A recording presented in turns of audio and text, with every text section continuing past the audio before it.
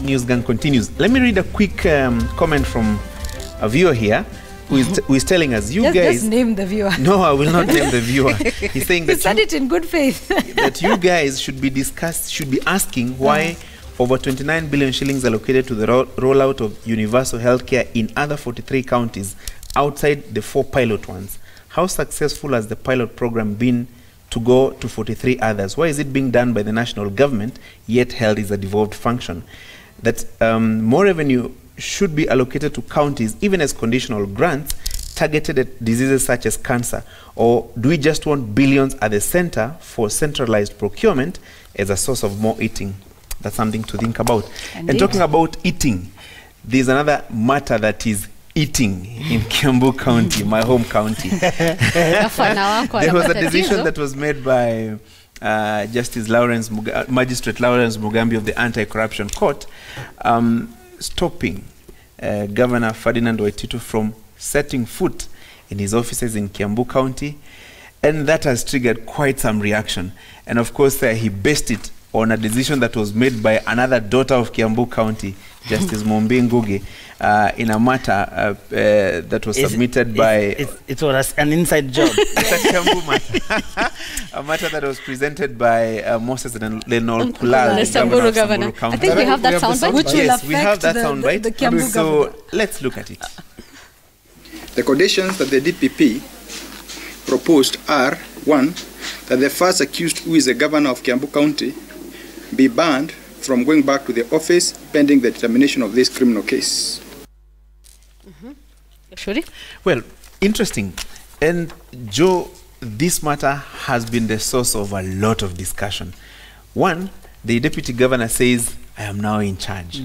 And the governor and his allies are saying, not so soon.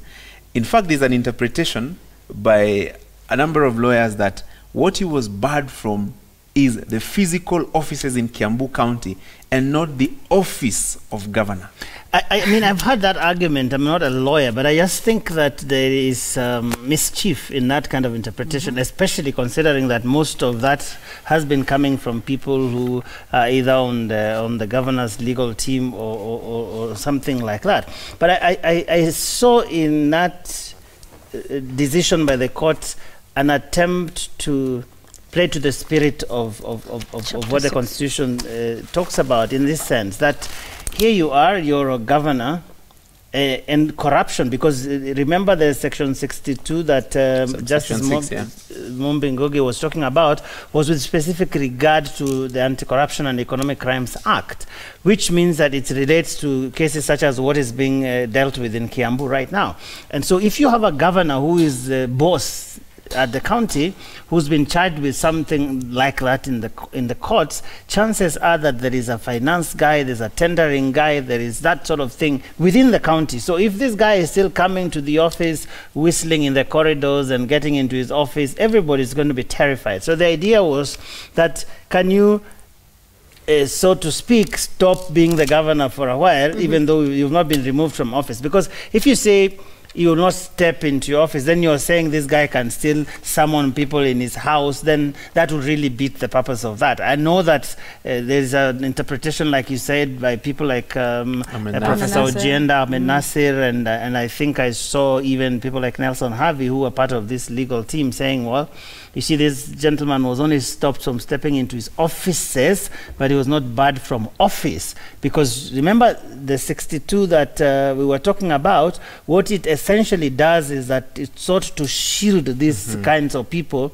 who the Constitution has provided specific ways of removing from office from stepping aside whenever they are charged with offenses. But Judge, there's going to be a big debate that is going to continue, but that is really how I look at it. There's some interesting graphics that I want Effie to play as we discuss this.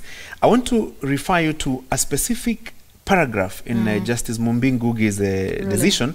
This is paragraph 52. And this is what she had to say. Would it serve the public interest for him to go back to office and preside over the finances of the county that he has been charged with embezzling from? Common sense. True. Common sense. Common sense. And, you know, we're talking about Justice Mombi Ngugi, who is known not just for upholding the law, but also trying to do what is right. she is very, very aware of the public mood. The public mood in this country is such that people are getting impatient with corruption. They want results. They want success of this in this fight against corruption. And you know, going forward, you will see that DPP Nurdin Haji will be under a lot of pressure to deliver the evidence that is required to secure convictions. But Mumbi Ngugi has tackled what I think has been the big elephant in the room. But what he runs against is the cultural issues in Kenya, where people want the law to dictate everything. In other places, you know very well that you've been questioned about the handling of finances in your county. What they would normally do is your conscience then tells you, I will step aside, go clear my name, and come back and continue with that work. That is what innocent people do. What do we do here? We read the entire constitution. Oh, it's not been written. Conscience is not there. Nobody tells me. Yes, morals, values, principles, are not put there. them in there. These are things that you're supposed to have by your heart. It's how you've been raised. These are the things that your mother is supposed to have taught you. In fact, hold on, Yvonne. One fundamental issue came up when Justice Mumbi Ngugi was hearing this matter, this application by Governor Moses Lenol Kulal. She posed a question to lawyer Paul Nyamodi, representing Lenol Kulal, about something she was calling political hygiene. And there's something that she said in that ruling, which we have a graphics of. What message does it send to the citizen if their leaders are charged with serious corruption offenses and are in the office the following day overseeing the affairs of the institution? Exactly. That we are discussing this, that this is in our laws and our constitution, for me, it defeats the purpose. That we can debate about whether it's the physical office or indeed it is the authority of the governor. I mean, come on, why are we splitting hairs on something that is so obvious and that should be a conscience issue? I mean, so if he functions from his house, either here, is it in Runda or Thika or whatever, the fact is he would be exercising his authority as governor. And in that respect would be able to, he is human and so are we all. Which human being is this who has the power and the authority to maneuver outcomes in your favor? To ensure that if there is any evidence, and we're not saying he or anyone else is guilty, but we're all human. And therefore, the idea that, oh, you know, there's this, and I'm not sure. I actually took Amin Nasser's tweet as tongue-in-cheek. I mean, I really did. I thought, I didn't think he was serious, you know. But we shouldn't have to be debating this issue. That is quite obvious. That sadly we have to put in our laws. The problem, Yvonne, also has been the double-speak by lawyers. There's a lot of double-speak going on there, depending on, these are their clients. But yes, clients. Yeah. Essentially, these are clients, and they're good clients. Yep. With this kind of money that and they're good lawyers. is in question, those are very, very good fees. And if the legal fraternity, for a moment, stepped back and interpreted the law in accordance to what the spirit of it is, they will also understand that it should not just be about technicalities. And that's what they've been getting a lot of their clients out of graft charges through technicalities. But that's what a good lawyer is supposed to do. Is supposed to argue and on those technicalities do whatever it is to get their clients off. I don't think we should be looking at the legal fraternity for answers on this one. This is forcing us to grapple with the whole question of Chapter 6 of the Constitution that we talk about so many times, but we've never implemented. I mean, the EACC, all these guys, IEBC, they're supposed to be vetting even people who are going for elections on the basis of that Chapter 6. Who knows about even our national values? Who even talks about them in common, ordinary conversations? Yet, if you say these are national values, what does that presuppose? That these are things that we have internalized as Kenyans, that if you see a Kenyan, that is the impression you get. That is the person you see. There's a sense in which you see someone and a certain image strikes you. So this is supposed to be, if you say they are national values, there are certain norms, certain codes of behavior that we share, all of us, because we are Kenyan. That is why they are national. But right now, we've thrown them out of the window, and this, I think... Chapter 6? Yes, and I think this is forcing us to get back something there. that Judge Mumbi said, and I'll read it here. She said Section 62(6), which is of the Anti-Corruption and Economic Crimes Act, which leaves out constitutional officers from suspension because a procedure for their removal has been provided for, in her view, violates the letter and spirit of the Constitution, particularly the Chapter 6 of Leadership and Integrity you're talking about. And we've spoken about, and Lina said, inapasa kuwa wewe mwenyewe kama kiongozi kwa nafsi yako, unashukiwa, jiondoe, uchunguzi ufanywe, and then you move on from that. So I want to bring in the aspect of now what this means in the fight against corruption, especially for DPP, Nurdin Haji and EACC, because he has spoken about this before, I think during the anti-corruption conference. I think we have the soundbite of Haji's call on suspects stepping aside. Let's listen to that, then we continue. Some of the frustrations which really pull us down is some of the strange orders that we receive. Other than even starting the investigation, we are stopped even before we record a statement from somebody who you know very well has stolen from Kenyans. We charge you must step aside, and we will go all the way to the Supreme Court if we have to get that ruling. Hakuna kubembelezana. Hakuna kubembelezana, as Nurdin Haji said. So for him, I think this is a win, because he has been asking for this again and again. You are charged, but you still go back to the exact same office. And I think this issue was brought up by Magistrate Mugambi. And you're saying, anarudi kwa ile ofisi, wale wafanyikazi wako pale ofisini are the same people who are going to be witnesses in the case.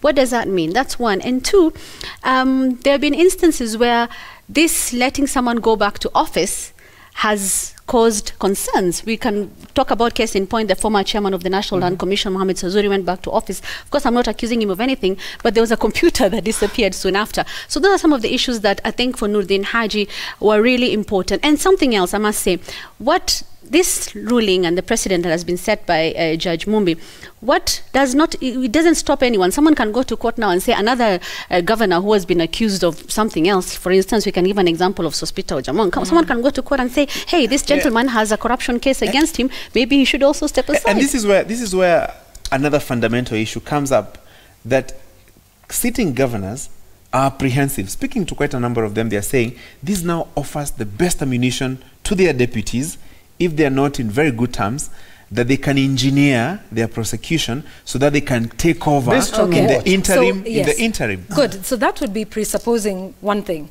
that the deputy governors would be in collusion with the DCI and the DPP to hatch a scheme to get some money stolen and then pin it on the governor and then get their way into office. You know, which I'm not saying it cannot happen, but is a very grand scheme of things in respect to that. But then it also brings up the issue of the role of the deputy governor, because this now exposes that, who serves essentially at the pleasure of the governor and just serves to deputize based on the roles that would be doled out to him by the governor. May I say something? And I think this is absolutely important. If you think about what the role of DPP ought to be, the presupposition that is there in the Constitution, by giving him the powers that the Constitution has given it, is this assumption that this will be a person of integrity who will be motivated by nothing other than the intention to meet the ends of the law, to make sure that if someone steals our money, then they are taken to court and hopefully they are jailed or whatever the punishment might be in the case. So I think that first and foremost, that responsibility that is placed on DCI and the DPP needs to be discharged dispassionately and without fear of favor. Because I think what's going to happen in the coming days, we're going to see a lot of politics around this. And so if the DPP and DCI give ammunition to the political merchants that are going to come after this, then they will probably start losing this war. Because there are many instances people have raised, for example, what happened to the Ruaraka land saga, for example, where there were parliamentary reports, there have been all manner of claims, but we haven't seen movement on that front, for example. So if things like that are in the public domain and people keep talking about it, then it keeps chipping away into the sort of credibility that would allow the DPP and the DCI to move in the manner that they are moving without having to look over their shoulders, because there are people questioning their motives. And also, doesn't this law say that even as they're on suspension, that the cases must be concluded within a period of 24 months? Yes. And I guess Ekuru Aukot in his Punguza Mzigo is proposing 90 days. Is it 30? 90. Okay, well, yeah. Okay, yeah. But anyway, it's shorter than 2 years, whichever way. And so that is also something else that needs to be done, that these cases need to be dealt with and finished expeditiously, so that also this idea of stepping aside does not seem punitive and seen as a political tool to keep out Governor X for, however number of years. I want to read a text message from Haman Manyora. Is he Mohammed? Yes, sorry, I need to get that right. Yes, Mohammed Manyora. Haman. Also known as, or formerly known as Haman Manyora. Okay, Sorry, I've made my point, right? He says, Justice Mumbi Ngugi, through judicial activism, has created a situation where Waititu is forced to resign or is impeached. No more, no less. Wow. But look at it this way. The relationship between governors and their deputies has been on this a point of focus. You've had quite a number of governors and their deputies not in very good terms. In fact, I was in a function somewhere and a deputy governor who I will not name spoke in the presence of Governor Waititu and was advising the Kiambu deputy governor, James Nyoro, to get into a better relationship with the governor. In fact, he said that the post of a deputy governor is extremely powerful but functionally useless. What are the functions of a deputy governor? One, the Constitution says that when the county governor is absent, the deputy county governor should act as the county governor.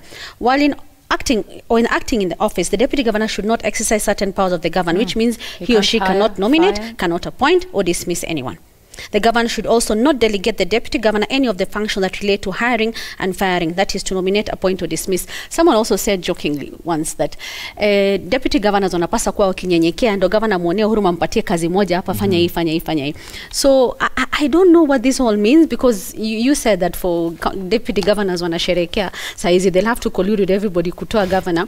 But I ask myself, when the governors are picking a running mate, because they come as a package, what are the things that go through their minds? Do you think that at some point huyu jamaa nikipatikana na matatizo will run quickly, try and impeach me, or what are the things that go through their minds? But Nyoro was there to make Waititu look electable. Francis, I think the arguments that deputy governors would use this to bring down their bosses actually amounts to trying to trivialize this whole process. Because, look, these are not very light charges. They're not light events. What DCI and DPP go through before actually bringing charges and arresting a governor is quite detailed. It's a lot of work that goes into the investigation, collection of material, and all that. The best a deputy governor can do if their bosses are messing up is to be a whistleblower. And I think that or even resign if they can't work together. If there is any wrongdoing, especially of the kind that we have seen, then that can turn some deputy governors into whistleblowers. And you had earlier mentioned about governors not sitting pretty. I think the governors that are not going to sit pretty are those with questionable accounting of their public finances in the last few years. Those who are doing their job well, I don't think they have any reason to fear anything. Okay, let me throw this around. There has been a proposal that, do we need the deputy governor's position? Part of the Punguza Mizigo proposals is that do away with this deputy governor position, let the governor be elected as a person, and then he can appoint one among his CECs or her CECs as a deputy.